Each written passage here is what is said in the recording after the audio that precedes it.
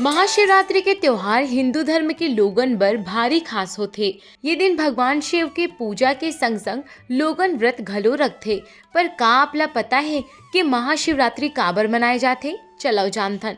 शिव पुराण के अनुसार एक बार सृष्टि के आरंभ में ब्रह्मा जी और विष्णु जी के बीच श्रेष्ठता ला लेके विवाद हो गिस।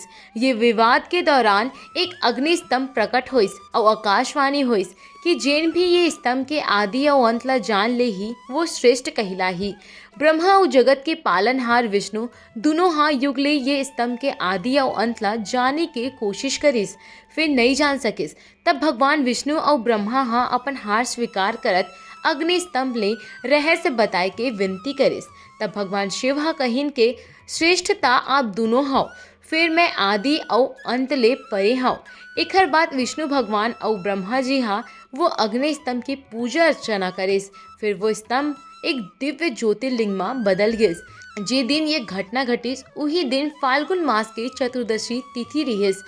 तब शिव हा कहिन के ये दिन जेन भी व्यक्ति मोर व्रत या पूजा करही ओकर सब्बो कष्ट दूर होही और सब्बो मनोकामना पूरा होही। तब ले ये दिन ला महाशिवरात्रि के रूप में मनाए लगिस।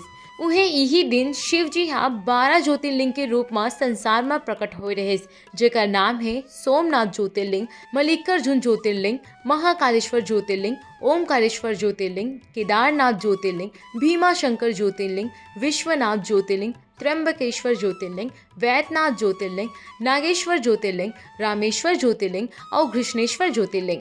ये 12 ज्योतिर्लिंग के प्रकट होए के उत्सव के रूप में महाशिवरात्रि मनाए जाते और विधि विधान ले भगवान शिव के पूजा करी जाते। कथा के अनुसार फाल्गुन माह के चतुर्दशी के माता पार्वती और भगवान शिव के विवाह हो रहिस। यही दिन शिव जी हा वैराग्य जीवन ला छोड़ के गृहस्थ जीवन में प्रवेश करे रहिस। शिव और शक्ति के मिलन के उत्सव के तौर में महाशिवरात्रि के दिन भक्त पूजन और व्रत करके ये उत्सव ला मनाथे। ये दिन भगवान शिव के सम्मान में घलो मनाए जाते।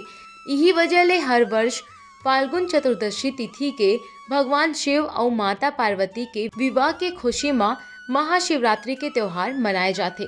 कई स्थान में शिव भक्त महाशिवरात्रि में शिव जी के बारात निकालते।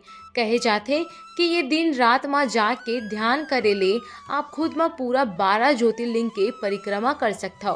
काबर कि जब आप मन के सर में ब्रह्मांड की ऊर्जा पहुँचते तब लिंग में परिवर्तित होते, जिन 12 ज्योतिर्लिंग के समान है। अब इला वैज्ञानिक रूप ला देखन तब महाशिवरात्रि के रात उत्तरी गोलार्ध ये प्रकार अवस्थित होते। मनुष्य के शरीर के भीतर के ऊर्जा प्राकृतिक रूप ले ऊपर ब्रह्मांड के ओर जाए ले लगते, जैसे प्रकृति स्वयं मनुष्य ला ओकर आध्यात्मिक शिखर तक जाए में मदद करत है।